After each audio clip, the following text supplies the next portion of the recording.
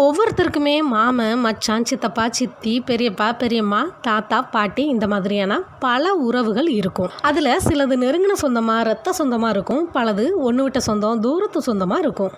எது எப்படியோ நாம் உறவு முறை பெயர் சொல்லி கூப்பிட்றது பார்த்திங்கன்னா நம்மளோட சொந்தக்காரங்களை மட்டும்தான் இருக்கும்.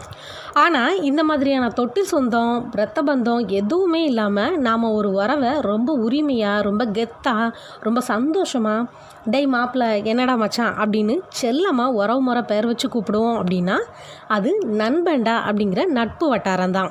ஜாதி, மதம், மொழி, இனங்கிறத தாண்டி நிலச்சி நிற்கிற இந்த நட்புங்கிற ஒரு உறவுக்கு மற்ற எல்லா உறவுகளை காட்டிலும் ஒருபடி கூடவே மவுசு இருக்குங்க.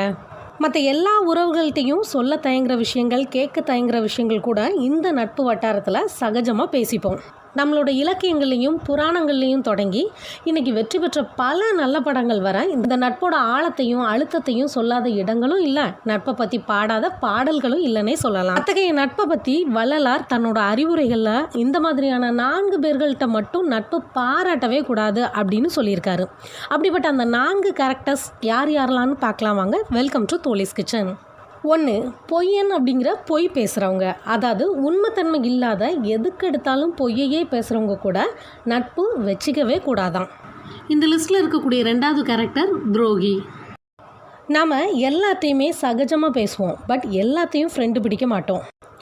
நம்மளோட வேவ்லென்த் மேட்ச் ஆகுற மாதிரி, நம்மளோட நம்பிக்கைக்கு பாத்திரமாக இருக்கிற மாதிரி இருக்கிற அவங்களில் ஒரு சிலர்கிட்ட மட்டும்தான் நட்பு பாராட்டுவோம். நட்புங்கிறது என்னங்க, நம்பிக்கையை அடிப்படையாக வச்சு உருவாகிறது தான். ஸோ அந்த அஸ்திவாரத்தையே அசைச்சு பார்க்குற மாதிரி துரோகத்தை பண்ணக்கூடிய துரோகிகள்கிட்ட நட்பு பாராட்டவே கூடாதுங்க. இதை அடிப்படையாக வச்சு தான் நிறைய படங்களில் எதிரியை கூட நம்பலாம், ஆனால் துரோகியை நம்பக்கூடாது, 1000 எதிரியை விட ஒரு துரோகி கொடூரமானவன் அப்படிங்கிற மாதிரி டைலாக்ஸ்லாம் வரும். இந்த லிஸ்ட்டில் 3வது வரக்கூடிய கேரக்டர் யார் அப்படின்னு பார்த்தீங்கன்னா பொறாமைக்காரன்.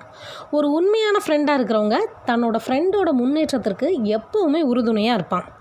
இதுக்கு அப்படியே ஆப்போசிட்டாக எப்பவும் பொறாமை பிடிச்சிட்டே இருக்கிறவன் பார்த்திங்கன்னா நம்மளை முன்னேறவும் விட மாட்டான், அப்படியே முன்னேறினாலும் அதை பொறுத்துக்கக்கூடிய மனநிலையிலையும் இருக்க மாட்டான்.